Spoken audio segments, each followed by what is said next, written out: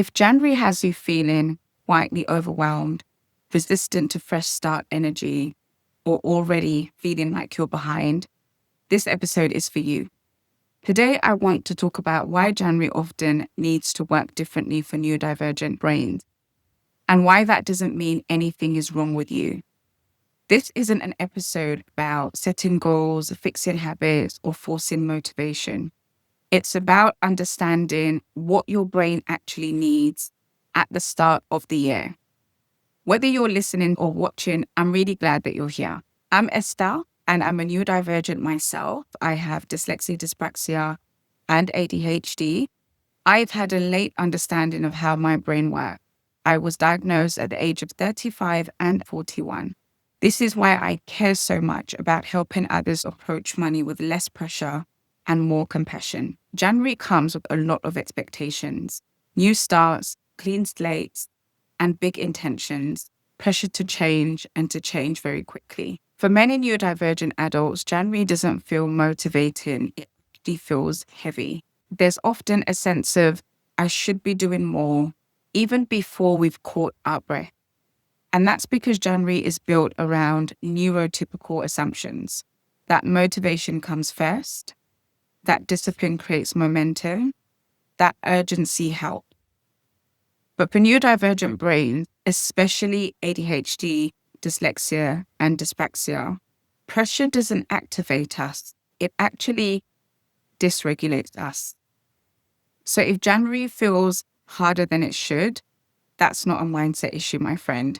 It's a nervous system one. The idea of a fresh start sounds hopeful, but for many neurodivergent adults, it quietly triggers shame because a fresh start implies that last year failed or that you failed. And if you're someone who's already spent years trying to be consistent, be more organized, or be better with money, January can feel like another reminder that nothing is sticking. This is especially true if you're someone who earns well, is capable, but you still feel like you're behind.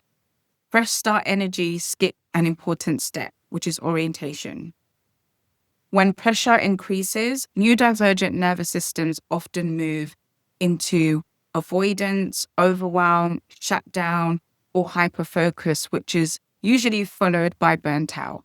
This isn't a character flaw, it's a regulation response.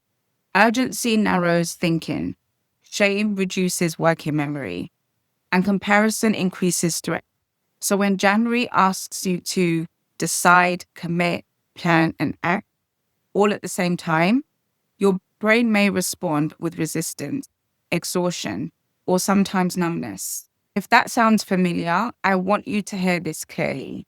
Your brain isn't broken. It's actually trying to protect you. Before change can happen, neurodivergent brains need orientation. Orientation sounds like, what actually happened last year? What drained me? What helped me? What didn't help me? This is not to judge, and this is not to fix. It's literally just for you to understand what is going on with your brain.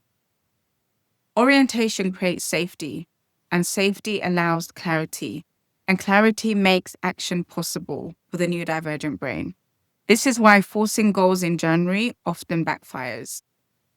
We're trying to act without first feeling grounded. What if January wasn't about resetting? What if it was about regrounding? A month to slow down, make sense of patterns, and reduce noise. For neurodivergent adults, January works better as a time to observe rather than execute, name rather than fix, settle rather than push. Nothing has to be decided this month. Nothing has to be solved. Understanding is enough. Many neurodivergent adults carry a quiet belief into January.